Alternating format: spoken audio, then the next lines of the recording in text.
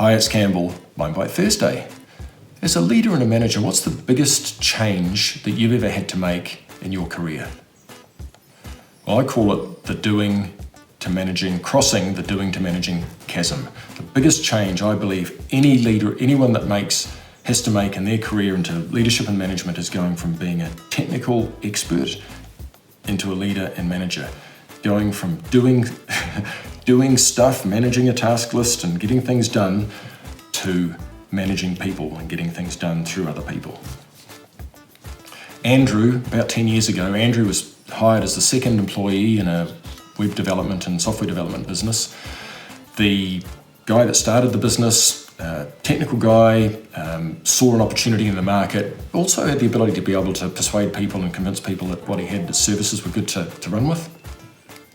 And Andrew took on more of an operations role. And so as the business grew and got more clients, he ended up with more and more staff who were doing things under him. The challenge for him was he was never supported into his management and leadership role out of his technical expertise role that he was hired in from. There was no training, no support, no guidance from his boss because he was a technical guy, didn't really understand. He just thought you should get on with it.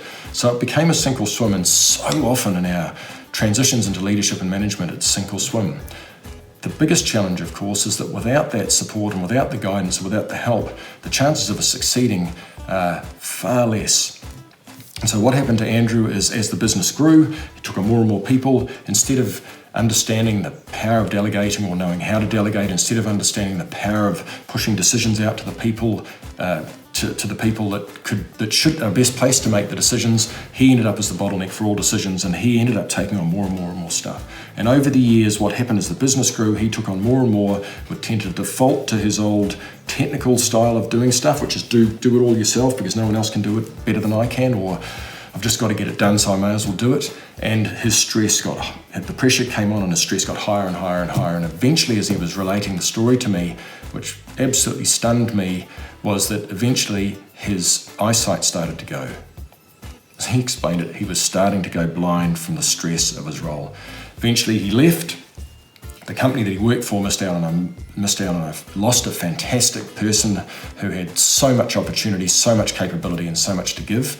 And he's now off running his own startup business with a bunch of people around him who can support him as a leader and a manager, and he's having a lot of success. So what do you take out of that? As a leader of leaders, as a leader of other people who have people reporting to them, please recognize that they, especially at the start of their career, but all through the leadership career, there's support that you may not even recognize that they need. They may appear to be self-sufficient in coping, but maybe that's because they're not really telling you. So whatever you do, try and find out what's going on, put some help and guidance and support and coaching and mentorship and leadership training into helping them. If you don't have the time yourself, because let's face it, we've all got, as leaders, we've got other direct reports, we've got KPIs, projects, and an endless stream of demands on our time. If you can't do it or can't do all of it, reach out to someone else in your organization. Maybe there's someone else that can help them. And if that doesn't work and you still need help, then reach out outside, find a program that can help give them some leadership skills. But most importantly, and the thing that I've seen across my career that helps the most is in-the-moment help. And a lot of leadership programs are fabulous programs around leadership where there's a gap, and that is in between once a month if you're seeing it, or after the program. What happens in the moment when they need the help with a challenge? Like not getting on with John, or Allison's really giving me a hard time, or I can't get the team to play nicely together, or I don't know how to manage up to my boss.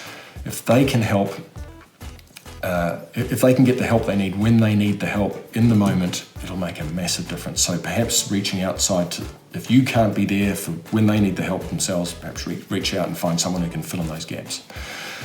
Anyway, hopefully that's something to consider. Please consider and look at your direct reports, especially the ones that are new in the roles. What do you need to do? What can you do to support them to make them as successful as they can possibly be? Because after all, your success is really predicated on the success of your team. And if they up and leave, then the nightmare's just starting. See you next week.